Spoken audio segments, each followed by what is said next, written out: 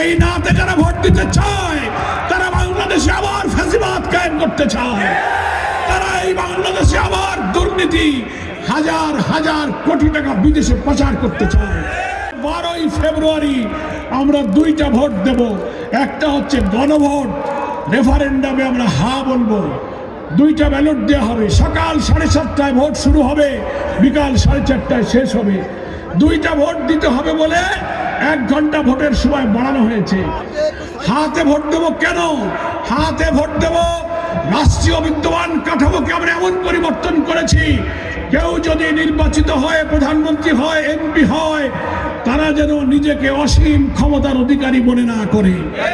কোন অপরাধীকে রাষ্ট্রপতি দণ্ড মওকুফ করতে পারবে না। যদি করতে হয় তবে যাকে খুন করা হয়েছে সেই পরিবারের কাছে ক্ষমা চেয়ে সম্মতি নিয়ে সে যদি রাজি হয় তাইলে মাফ করা যাবে, তাকে না বলে কোন অপরাধীকে মাফ করা যাবে। এটা একটা সংস্কার। বাংলাদেশের সাংবিধানিক পদ, public service commission, anti corruption commission, তারপরে সুপ্রিম কোর্টের বিচারপতি, অ্যাপিলেট ডিভিশনের জাস্টিস, তারপরে বিভিন্ন জজ, জুডিশিয়ারিতে নিয়োগের জন্য এমন আইন ছিল যে প্রধানমন্ত্রীর ইচ্ছা ছাড়া এই সব জায়গায় কোনো নিয়োগ হতো না। আমরা এই আইন পরিবর্তন করে সেপারেট একটা অ্যাপয়েন্টিং অথরিটি আমরা করেছি, যেখানে প্রধানমন্ত্রীর ইচ্ছার কোনো মূল্য থাকবে না।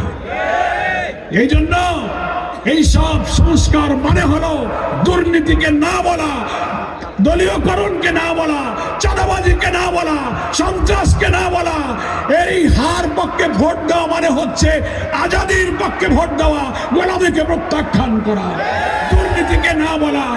এখন আমরা দেখতে পাচ্ছি সোশ্যাল মিডিয়াতে কোন দলের লোকেরা এখন নাতে ভোট দিতে বলতেছে, দেখতেছেন না? এই নাতে যারা ভোট দিতে চায় তারা বাংলাদেশে আবার ফ্যাসিবাদ কায়েম করতে চায়। তারা এই বাংলাদেশে আবার দুর্নীতি, হাজার হাজার কোটি টাকা বিদেশে পাচার করতে চায়।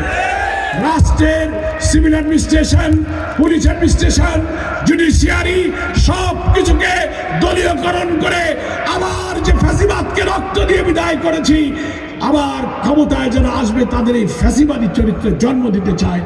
আমাদের এই সংস্কারের মধ্য দিয়ে এমন দেশ আমরা চাই যেখানে আর কর্তৃত্ববাদী শাসকের জন্ম হবে না।